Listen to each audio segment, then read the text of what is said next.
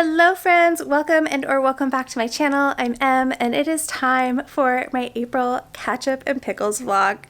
It's wild that we're in the last week of March. What is time? I just don't understand anymore. And I feel like it just keeps going faster. And I'm only a little reassured that the internet agrees with me. It's still upsetting. But this month has been quite a journey for reading, let me tell you. I have read significantly less this month and in February than I usually do. I usually average between like 20 and 22 books. And in February, I read 14. And if I read 14 in March, I will be very surprised, which is fine. I'm not mad that I'm reading less, but I did not build myself a TBR for this month that reflected me reading less. And so many of those books were wrapped up in projects that I have panicked.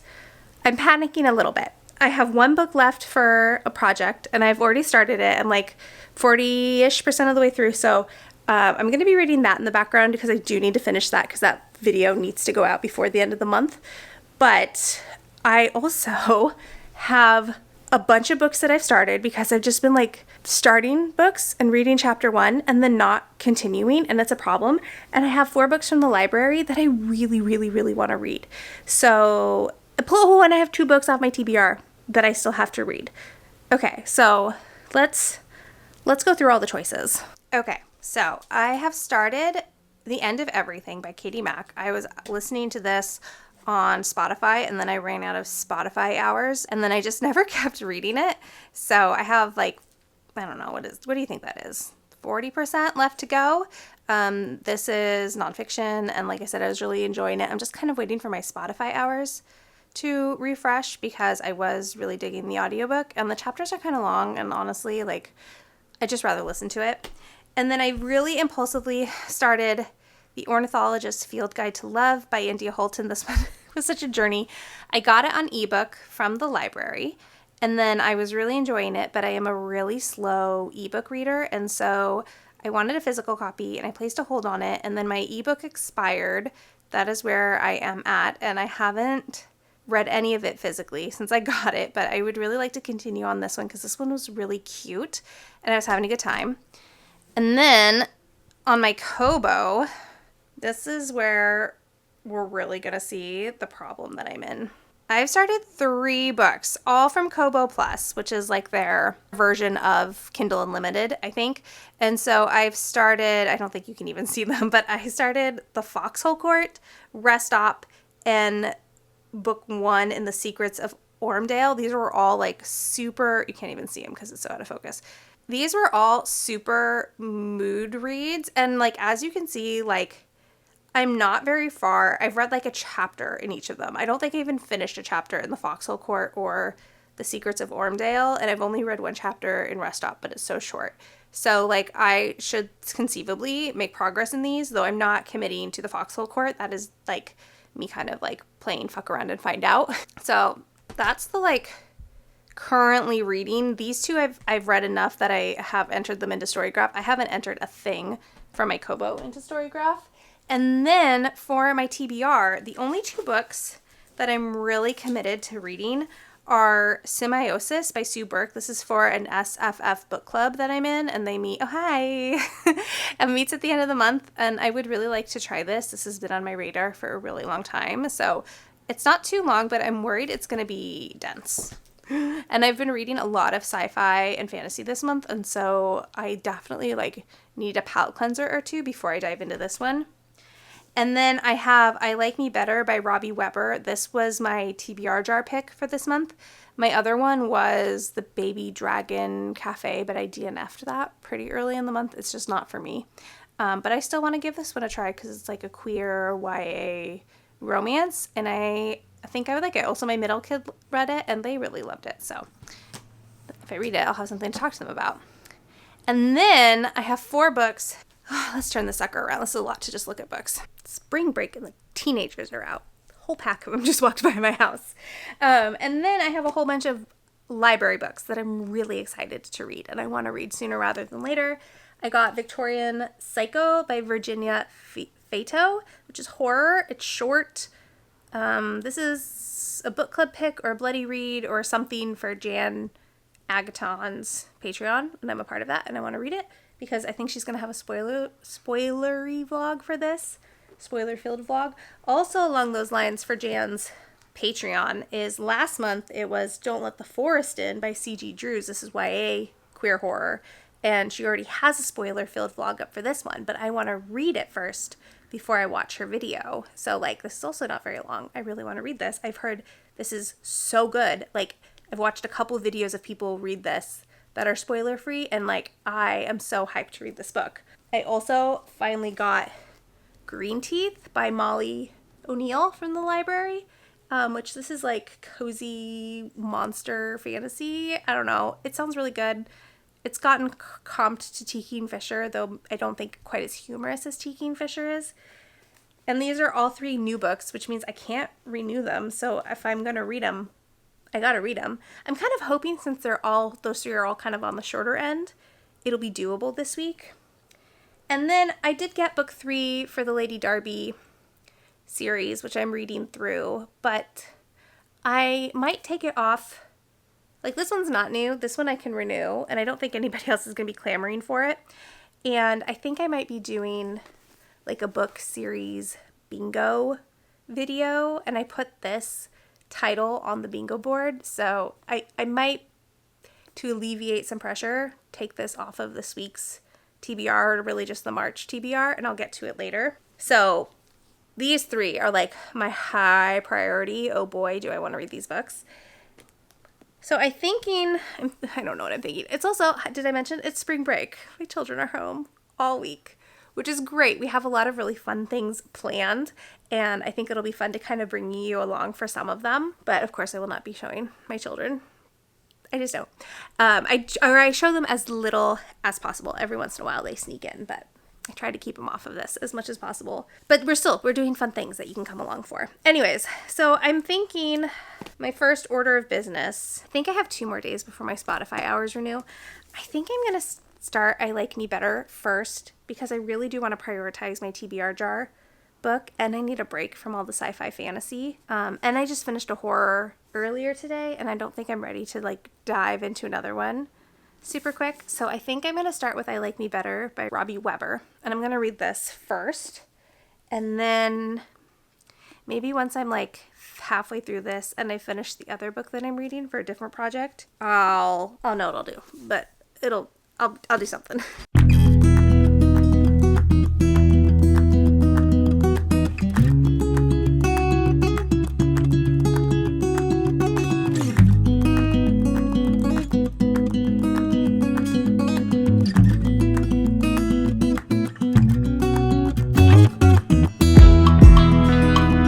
Okay, it's officially day 1 of spring break. I promise eventually I will use a tripod in this vlog, just not today.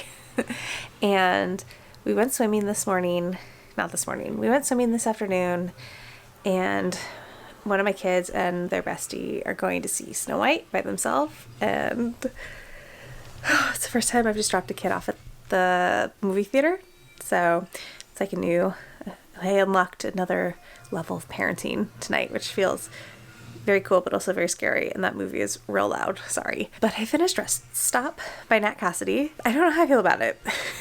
It's the first Nat Cassidy book I've ever read. It's a novella.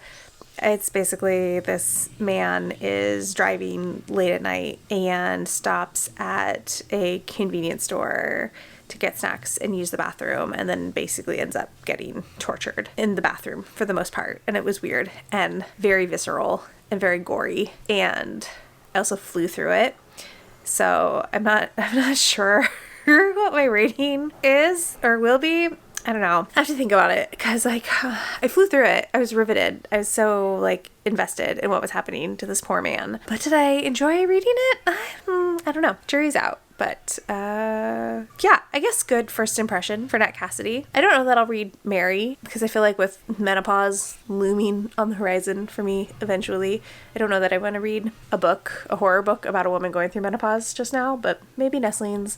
I think he has a werewolf book coming out this year. Maybe I'll look at that. I don't know. But so, like, a solid introduction into his work. And I realized the book club for Symbiosis is tomorrow evening.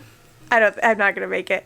I'm going to start it tonight, which I really didn't want to do, but I didn't realize book club would be so soon.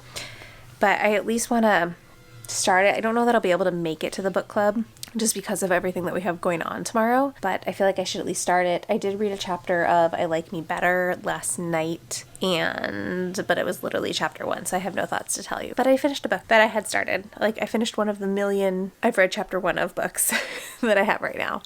So it's good progress. We're making progress.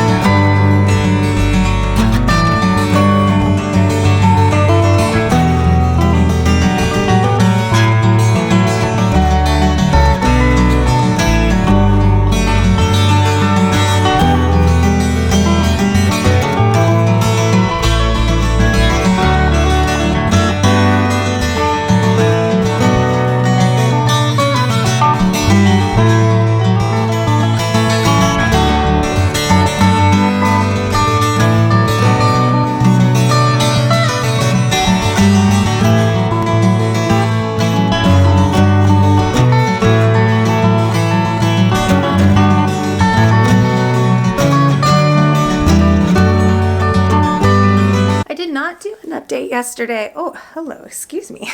Because it was just, it was kind of a weird day. Like, not anything happened, but it was really hot in the morning, and then like the storm blew in and it got cooler, and I took advantage of the warmer weather to really clean up our back patio and our backyard, which I didn't even film because it was too embarrassing to immortalize on camera. So I just did it real quick. It looks so much better, but now of course it's gonna like rain the rest of the week, so I'll have to wait to really use it. Are my bangs as funky as I feel like they are? No, they're fine. Okay. But I have reading updates, actually quite a few reading updates. So first off, I decided it made it more sense to finish some of the books that I am currently reading, especially ones where I am at least halfway or almost halfway before I start another book, because otherwise I feel like that would just put me in like, I'd just stay in the same chaotic space that I was in at the start of this vlog, and I'm vlogging to get out of that chaotic space. So I decided that made more sense. So yesterday I finished The End of Everything, Astrophysically Speaking by Katie Mack. This is nonfiction. I loved this. This was so interesting. Katie Mack is a cosmologist. I want to make sure I'm saying the right word. No, cosmetologist is like hair and nails and skin and makeup and stuff. Cosmologist. And this book is basically the 5 ways the world could end, like literally. And each chapter is a different theory that astrophysicists have about how the world may end, and she walks you through all of them. And it was so interesting and just mind-blowing. I listened to most of this on audio, but I will say the audio, my brain would get tired because it was just so much information. It's very cool information, but when I was listening to it, I would get fatigued because I was just, it felt like my brain was taking in so much information so quickly. I did read a little bit of it physically because, like I'd said earlier, I ran out of Spotify hours when I first started this, and so I had to wait for my audiobook hours to renew, and in the meantime, hello. What was I saying? Anyways, it was good. I gave it 5 stars. I really liked how it put things in perspective for me. A little bit, because like she says, a lot of these are either like the probability is really low, or it's gonna happen so far in the future. If it does happen, we're talking like thousands and thousands of years in the future that these could happen. So who knows? But it really was a little bit like, why do I let my brain stress out about something that I said 5 years ago when like the gravity could collapse? Like, why do I worry about that? Basically. So if you also would like to feel insignificant and like you're worrying about the wrong things, I guess I recommend. It was like perfectly up my alley. I had a great time. So I finished that. And then I attempted to start I Like Me Better by Robbie Weber, which is YA contemporary romance. And I got about 50 pages in and I'm DNFing it.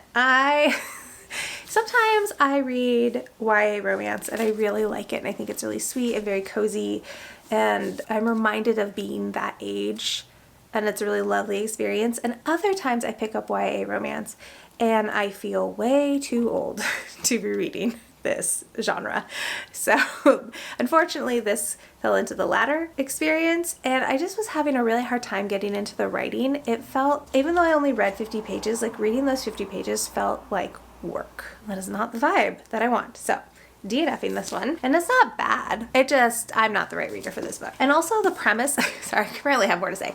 The premise for this was so flimsy because our main character, Zach, his name's Zach, yeah, is on like the soccer team in high school and the soccer team is like a big deal. And he's going into his senior year and he's supposed to be the next captain of the soccer team.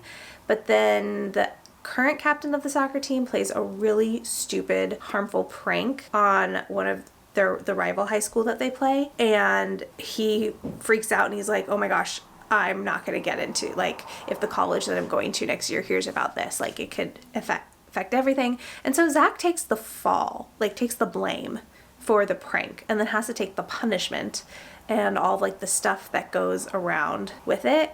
And he ends up meeting this like cute guy on the beach and gets his community service that he has to do as his punishment for the prank. So that switched to where this guy is working so that he can be around him. And it's not for me. And now I'm focused on reading The Ornithologist's Field Guide to Love. And this is historical romance, but magical historical romance, which I love. It's my favorite like subgenre. It's so fun. And we are following two ornithologists, Beth and Devin, and there is this competition for whoever catches this lost magical bird to be named Birder of the Year and also get tenure at whatever college they teach at.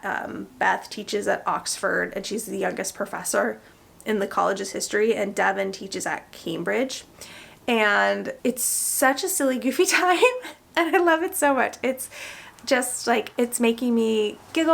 I'm like kicking my feet. I'm getting all swoony at the scenes between Devin and Beth, and I'm just loving it so much. It's a great mix of adventure and historical romance, and there's the magical creatures like the birds that India Holton has created in this world are really fun, and I'm just having such a good time. I just love it. I just love it. So this is going to be the focus today. Y'all, I'm not listening to the audiobook either. I'm just reading it with my eyeballs and I'm having a blast. It's so good. And then as far as like those library books that I showed you, I cannot decide which one to start first. So I just put a poll up on my Instagram stories to have everybody else help me pick. So I'll check that later this afternoon and see which one has won. I am still going to read Symbiosis, but I think I will double up with Symbiosis. So I'll have that and then one of these library books going. But today we are going to the library in the morning to pick up some holds, and the twins are going to try out some VR headsets that the library has for teens to use. And then I want to stop by the flower shop and get a bouquet for the table, just because I think fresh flowers in the house would be really nice. I have to go grocery shopping today, and then I have to go teach one class this afternoon that I canceled last week when I wasn't feeling well. So it's kind of the plan. Hopefully there'll be a lot of reading mixed in with that. I feel good since yesterday was such a productive reading day with finishing a book and DNFing a book and then making such good progress in the Indian Holton book. So fingers crossed we get a lot done today, and I can't believe it's already Thursday. This week is just flying by. Hi, good morning. It is Friday. It's a super rainy day and we are getting a real slow start, which is nice because we've had plans every other day of spring break and this is our first day where no one has anything planned, nothing going on. That might change. I would like to go to the gym at some point today, and the twins are like currently hatching a scheme to do something with a friend this evening, but for now we get to stay home and that's pretty glorious. I'm still in my jammies and it's like 9 o'clock. That never happens. And I have reading updates. So I locked in yesterday and finished the Ornithologist Field Guide to Love, and I'm giving it 5 stars. And I was looking back on my story graph because I don't feel like I've given out that many 5 stars this year, because I've had 12, but a good chunk have been nonfiction. And the other good chunk has been rereads. And then there's a couple where they're not new favorites, but just for style and form and what's the word I want? Execution. They are 5-star books, but maybe not books that are going to end up on my favorites of the year list. This one, I could see being on my favorites of the year list. It was so fun. It was so many things that I love. It was silly.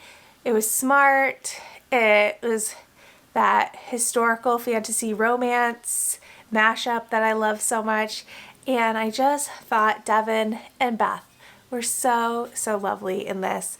And, for an example of like silly things, so because of this competition and because of how renowned ornithologists are in this reimagined historical context, Beth and Devin's travels and exploits are being reported on in the newspaper. And so they are encountering all these regular people who already know who they are. And these regular people mispronounce ornithologists. Like every person they meet says it wrong in a different way. And I just think that's so funny. Like that is so funny for me. And I thought the romance was really lovely. It's kind of a slow burn. I mean, Beth and Devin get over their dislike of each other pretty quick and catch feelings pretty quick and are obviously attracted to each other and like interested in doing something about it, but get interrupted so many times that it forces it to be a slow burn. And it's great. I loved it. I loved how Indian Halton played with tropes in this and how adventurous it was. But yeah, it was just all the buzzwords that I love. So I'm so happy I picked this up. And I'm so glad that Katie talked about it last year, because I only picked it up because Katie raved about it. And if Katie hadn't raved about it, I don't know if I ever would have like circled around to it. So that was great. Highly recommend for if you like a silly, goofy, historical fantasy romance time. And then I forgot about one challenge that I need to try to fulfill before the end of March. And that is the coffin cover challenge for Jan Agaton's Patreon. And the prompt for March is to read a book with a beverage on the cover. And I'm going to read Alton Brown's new book of essays that just came out. I got this as an audiobook from Libro FM, an advanced copy. And so I'm listening to it, but then I also grabbed the physical copy because there's like illustrations and charts and stuff in here. So I'm kind of bouncing back and forth. I started it last night while I was doing the dishes and listened to not very much, not even 20 pages. I'm liking it so far. I grew up watching his shows on Food Network, not like the reality shows that he hosts, but like Good Eats. And then I loved like the original Iron Chef, not like the Japanese, but like the older American episodes of Iron Chef. I loved those. Are such comfort shows for me. So this is very nostalgic for me to be listening to because I consumed so many of his projects when I was like in my late teens and early 20s. So I think I would really like this. And then the poll for which book to read next really took a journey yesterday. It started off with Don't Let the Forest In was way ahead.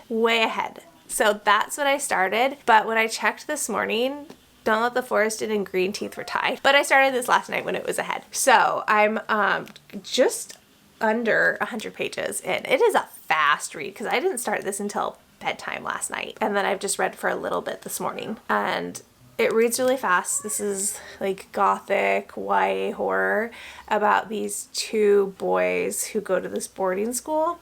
And our main character is Andrew, books from his perspective, who goes to this boarding school. And there are a lot of triggers because Andrew has, I would say, depression, hasn't outright said it, definitely anxiety, has a history of self-harm, has anxiety attacks. Like, nobody in this book is happy at all. But I'm so invested in Andrew and Thomas's relationships, and there are these monsters that are appearing, and it's very spooky, eerie, and like I said, I think gothic, maybe not on purpose, but those are the vibes I'm getting. And Andrew's also asexual, which I really love because I don't see a lot of ace representation, or maybe I'm just not picking up enough books with ace representation, but anyways, I'm really liking it so far. And I'm hoping, could I finish it today? It's 326 pages. Maybe. That could be fun. I'm gonna try and finish this today. In the meantime, the kids are playing a video game. I checked out a milk frother from my library yesterday because we have this library of things where you can check out like appliances and like crafting supplies and just like stuff that maybe you don't want to invest in but you want to try out. So I got a milk frother. So I think I'm gonna go make a London Fog latte and try it out. I guess we'll sit down and we'll keep reading while my kids game.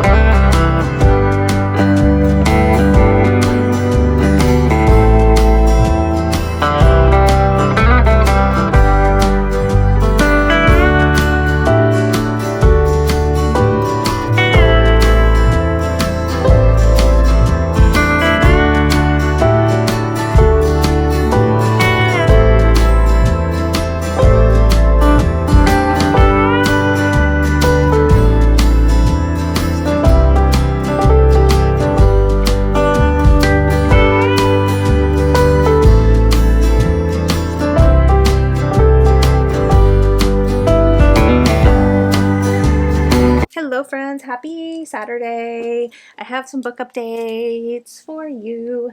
I have not done very much reading today because I was out spending it with my sister. Her birthday is tomorrow and we went on a bookstore crawl, which is delightful. And I took footage and there will be a video of that out shortly, the next few weeks.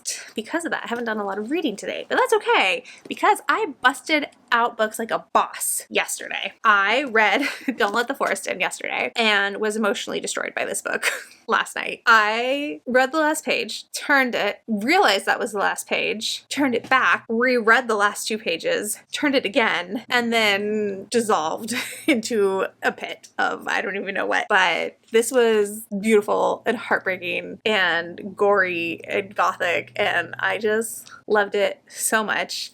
And I'm just trying to figure out how much I can tell you about it without giving anything away because I am not a reader who guesses what is going to happen. I don't predict usually when I'm reading a book, and I'm just here for a good time and just, you know, bopping along.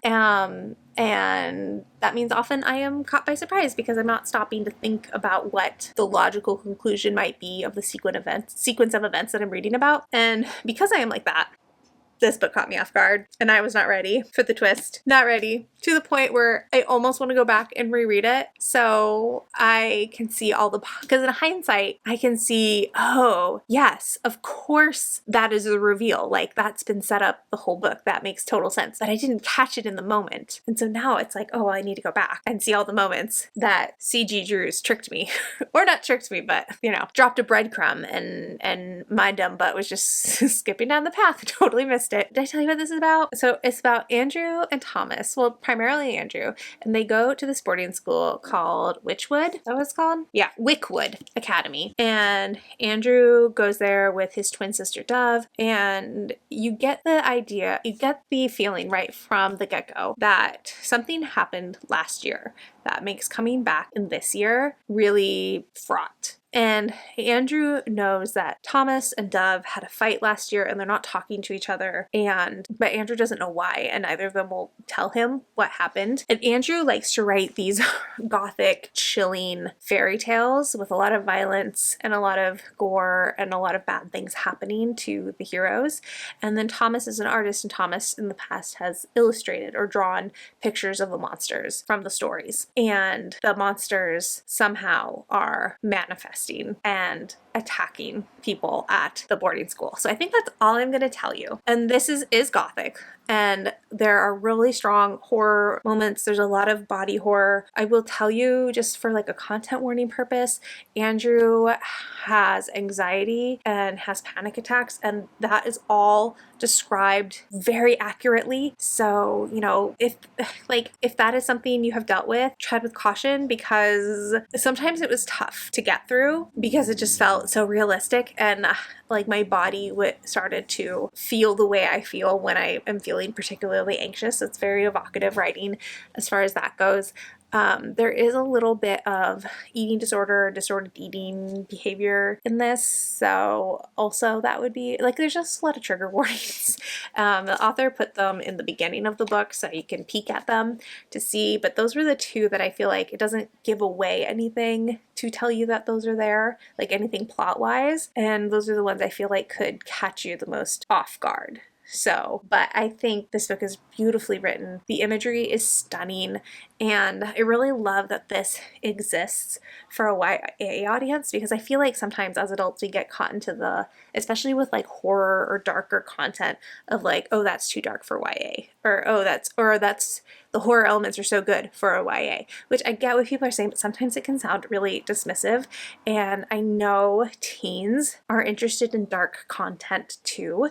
And like a lot of the stuff that, especially like nowadays, but always throughout history, like teens deal with a lot of hard stuff. Like teens are not sheltered from abuse or violence or, you know, like those harder things. So I don't know why we act like if it's in a book meant for teens, it's out of pocket. Like teens deal with dark stuff just like adults do. And yes, they should be protected from that, but they're not. And having that darkness seen in a book could be really validating for a teen. So I love that a book like this exists for a teenage audience. It's so great. And yes, I am going to hand this to my oldest, who's getting into horror, because I think she will really dig it. And then this morning I finished Food for Thought by Alton Brown. As I could have told you before I started this, my favorite sections were when he was talking about his TV show, Good Eats, and then being the host of Iron Chef America. That was my favorite part. I'm only rating memoirs if I give them 5 stars, and this is not quite a 5-star for me, so I will not be rating it.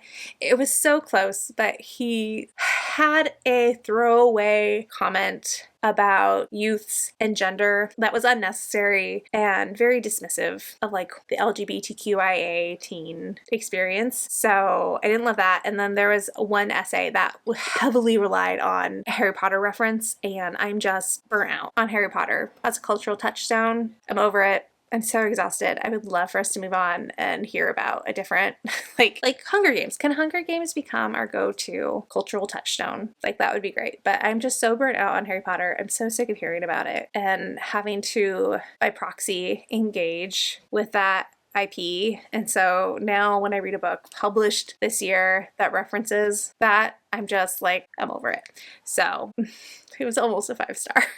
But those are very personal, nitpicky things. I think if you are around the same age as me and grew up watching Food Network and consuming cooking shows, I think you'll enjoy this a lot. I really also enjoyed how he came for Food Network and had some criticisms of them and the direction it is now. My feet are falling asleep. The audiobook was great. If you're going to read this, listen to it on audio. I was also pleasantly delighted to learn that he was a theater kid, and like that totally tracks for watching Good Eats. And then I did start Green Teeth last night. I read, I think, 2 chapters, chapter and a half, and yeah, so far I'm digging it. I'm not going to say too much because like I said, I just started it, so I don't have like full thoughts yet, but I liked what I read last night. And then I listened to a chapter of Victorian Psycho when I was in the car today on the way to see my sister. Also don't know how I feel about this. Reserving judgment. We shall see. But I was intrigued. Audiobook is interesting. Narration style is interesting. But the chapters are all titled, which I love a titled chapter. And the author uses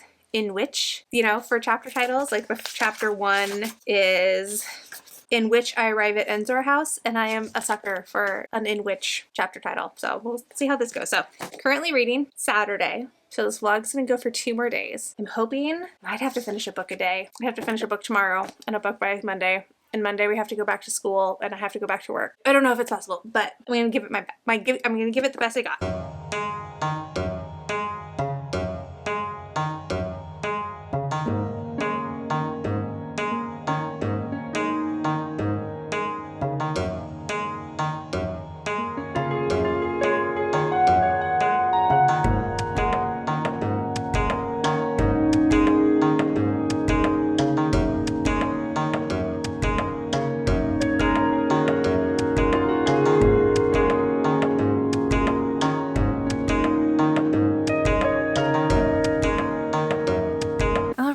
happy Sunday, friends. I have hat hair. It's fine. It is the last day of spring break and I have the Sunday scaries. Big time. So I'm gonna go do the things that I know that help. I'm gonna do some tidying. I'm just gonna get organized for the week ahead so that I can just relax without having to worry about all the things I have to do. Today, though, was really nice. We went over and had a lot of family time with my family. We went to a Lego store, but it's not like an official Lego store. So, like, that's what all those fun Lego builds were from. Like, their displays in the store. And so, yeah, it was just a really lovely family type day. But yeah, the Sunday scaries are raging right now. I finally started Semiosis this morning after talking about it all week and like way past the book club date, but that's fine.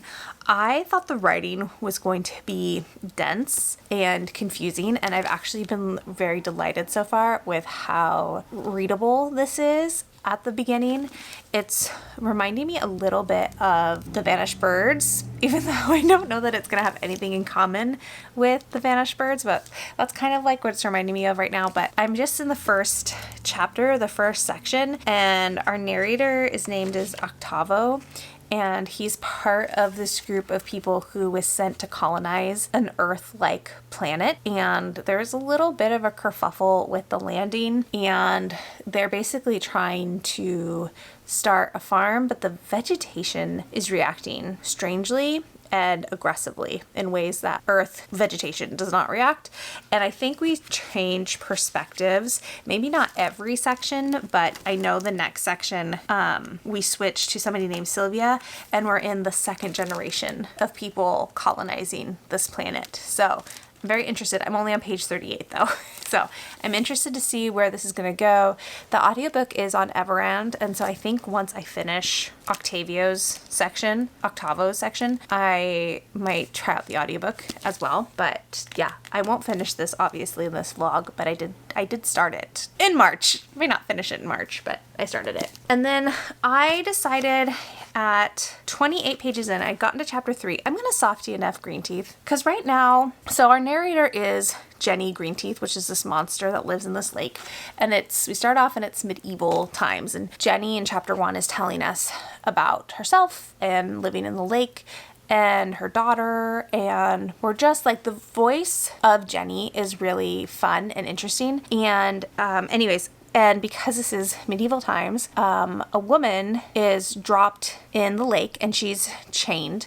And Jenny goes and rescues her and finds out that this woman, Temperance, was a cunning woman in her village, and they got a new pastor, and the pastor started a witch hunt. And Temperance was accused of being a witch and was dropped into the lake. And like I said, the writing is engaging. I think it's fun, but it's reminding me a lot of Someone You Can Build a Nest In by John Wiswell. And I didn't love Someone You Could Build a Nest In, and it ended up being a very like mid read for me. And I'm getting the same vibes from this. And I don't want to read a mid book, especially, you know, I've talked in several videos now about how my reading slowed down so much in February, and for most of March I've been a much slower reader until like the latter half of this week when I read very quickly. And it's because the books I was reading I was super engaged in and wanted to pick up, like compulsively wanted to pick up. And I know that not every book is going to have that pull, but I'm not ready to read another book that I have to talk myself into picking up, like where I have to convince myself to choose reading over other things that I could be doing instead, and then just have like a mid time with it. Don't want to do that. So I'm just going to softy enough. Maybe I'll come back to this and enjoy it a lot, but for right now, I'm just not feeling it. And that's okay. And then I'm about halfway through Victorian Psycho, almost halfway through. I don't know if I like this or if I hate this. This is historical and it's first person POV, and we're following Winifred, who is a governess and is going to work for the Pounds family, who have 2 children, Andrew and Drusilla. And the writing is so interesting. And it's one of those books where I just don't know if I like it. So Winifred, gosh, is like, it's clear in her narration almost immediately that something is not fully right with Winifred. She just doesn't know how to person. And it's not that she's neurodivergent. Like it's something else. Like it's not that. And you just know something bad is going to happen to this family and that Winifred is going to be at the center of it. And there's just some stuff that's so, like, the way things are described are funny but also grotesque, and I just don't know if I love it or if I hate it. And there was like in the first, where was it? There was like a line where I kind of laughed and I was like, oh no, this is what I'm in for this whole time. Oh, okay. So she's arrived at the house and the housekeeper is showing her to her room, and there's this sentence that's says, as I walk inside, the skirt of my dress brushes her limp hand, which she withdraws instantly. Mrs. Abel, I muse, is a woman who has never held a penis. Like, oh, but this is on page 8. Like, oh, okay. This is what it's in for. So I'm a little nervous to read this. The synopsis says, Winifred must have patience, for Christmas is coming, and she has a very special gift planned for the dear souls of Ensor House, brimming with sardonic wit and culminating in a shocking conclusion. Okay. So anyways, audiobook's great. I think the narrator is doing a really good job with Winifred's voice. I just don't know that I'm having a good time. I just don't know if I'm having a good time. And then I have a book that my dad gave me when we were over at their house today, because he's been very interested in my Butler and Gaskell project, and he gave me a biography of Elizabeth Gaskell by Jenny Uglow. So I don't know when I'm going to read this, and it's also very chunky, so lots of good information, but he said this author is good, like writes a good biography, and I think this will be fun to read maybe at the end of the year, like after I finish my project, my Butler and Gaskell project, maybe after I finish the last, will I end on a Gaskell book? I'll end the year on a Gaskell book because I'm reading Gaskell books in the even months. But yeah, I think this will be, because I'm enjoying her books so much, I think this will be really fun to read. I thought that was really sweet of him to think of me. So yeah, all right. I've been yapping for almost 10 minutes and I need to go do stuff so I can feel less stressed. I kind of want to wash my hair, but I also kind of want to save it for tomorrow morning before I go to work. So we'll see. I don't want to go back to work. Every time I have a week off just reinforces that I am meant to be a woman of leisure. And if somebody wants to pay me to stay home, yeah, I would do it. I finished Victorian Psycho. Oof, I don't know. It's so gross. I don't even know. I mean, yes, this is horror, but it's just like, it's not scary or suspenseful. It's just gross. And sometimes it felt gross just for the sake of being gross. But like, the voice was so good for Winifred, and it's short, like it's the perfect length for the story that she's telling. I feel like there are some like things that she hinted at that she never gave you an answer for, and we never like came back around. Oh, this is what this is referring to. So you don't get answers either for certain past experiences Winifred mentions, or some things that she says about, I'm trying so hard not to spoil anything. Granted, I also think it's not surprising. Like, what part did I read you? It is a shocking conclusion. It didn't feel shocking. It felt like the inevitable conclusion. Like, there was only one way this book could end, and that's how it ended. So, did I tell you what I was going to rate it? I'm giving it a 3.75. I think for what this is, it is well executed, and it's funny, kind of. It's gross. It's definitely has like a satirical leaning, which, you know, satirical is kind of hit or miss for me. Mostly it's a miss. It hits very infrequently, but that's totally a me thing and a preference. And yeah, I think...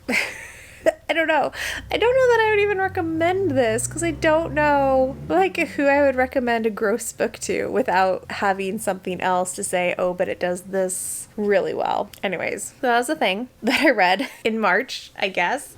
I think I'll just leave it at that. This was a thing that I read, and I'm actually going to go ahead and close out this Catch Up and Pickles vlog here, because we only have one more day of March and I am not going to finish Symbiosis, and that's the only book that I am currently reading, which feels great. I really loved this past week. I loved not having to work. I loved all the fun things that we got to do for spring break with me and my kids, and I brought you along to some of them, so I hope you had fun seeing those things. And I felt like I was reading how I usually read this week, which like might just be because I wasn't working, so I wasn't exhausted from teaching and I had more brain space for books. But I don't know if that's the case. Or maybe I just picked better books this week that I have been picking. I have been doing a lot of long science fiction and fantasy projects. That might be. And so this week I was finally freed from all those obligations. Don't get me wrong, I really enjoyed some of those books that I read, but those are definitely like bigger brain books, and I feel like I was just reading like fun, popcorny. I was definitely reading more horror this week, and I loved how I felt about reading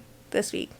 And I got so many things done. I was actually looking at my reading journal as I was writing in Victorian Psycho, and I'd forgotten that I'd read Rest Stop this week. That was the same week.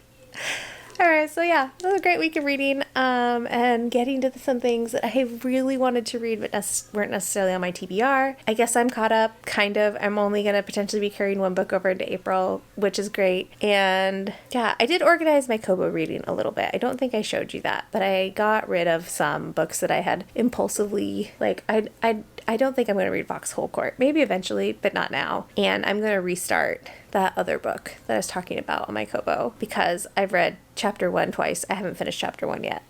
I need to restart it, not at bedtime. But so that one isn't even counted as currently reading on Storygraph right now. So yeah, all in all, great week of reading.